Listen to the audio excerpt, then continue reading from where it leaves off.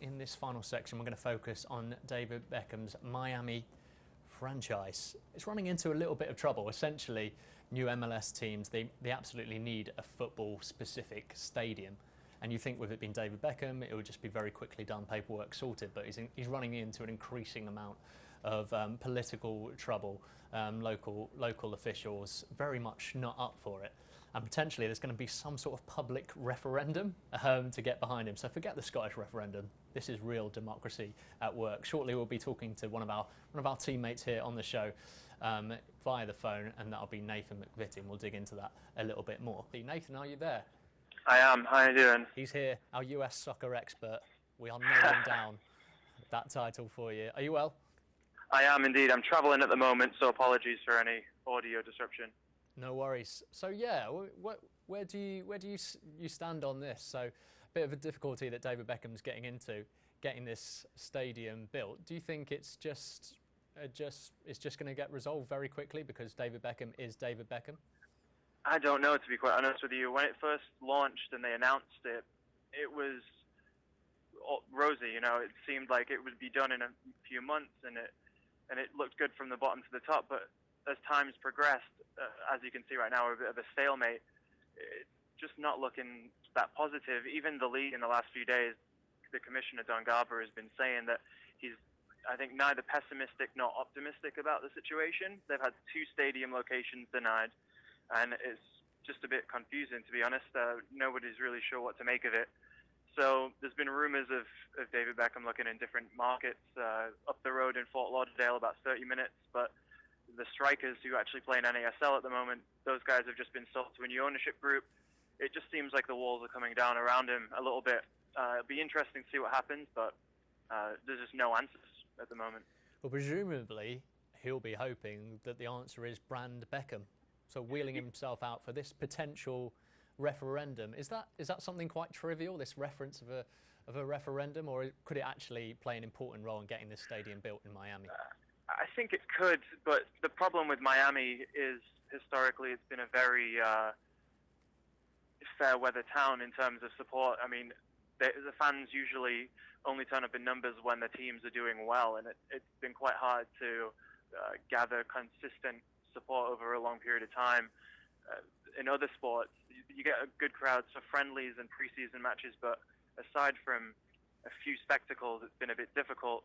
Miami Fusion obviously famously folded from Major League Soccer in 2001, so it'd be interesting to see what happens. The referendum is something that I haven't put too much faith behind yet, just because I don't know many details about it, but aside from that, brand Beckham can get a lot of things done worldwide, but it might be start time to look in at other markets that are potentials for expansion into Major League Soccer.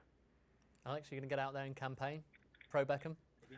Yeah, but I think what MLS needs at this point in its history are fan-driven teams and teams with history that want to possibly make a jump, or that really have a groundswell behind them, grassroots. And Miami is almost one of the more corporate entities to be pushed towards MLS. It would be nice to see if Beckham doesn't get something done soon for him to start looking into partnering with ownership on other teams around the country that aren't currently in Major League Soccer in markets that are desperately in need of it. Okay, well, sounds like a little bit of a, potentially, if it doesn't work out, potentially a bit of a blessing in disguise. That's a really interesting point there, that there's no real sort of football heritage there, and that he needs to mine it in an area where there is. I want to bring you onto a topic which really raised my eyebrows to the ceiling. Jürgen Klinsmann has been nominated for FIFA Coach of the Year. Is that unusual to you, or is that expected? No, it is unusual, and I think a lot of people that kind of cover American soccer day to day would agree with it being surprising and unusual.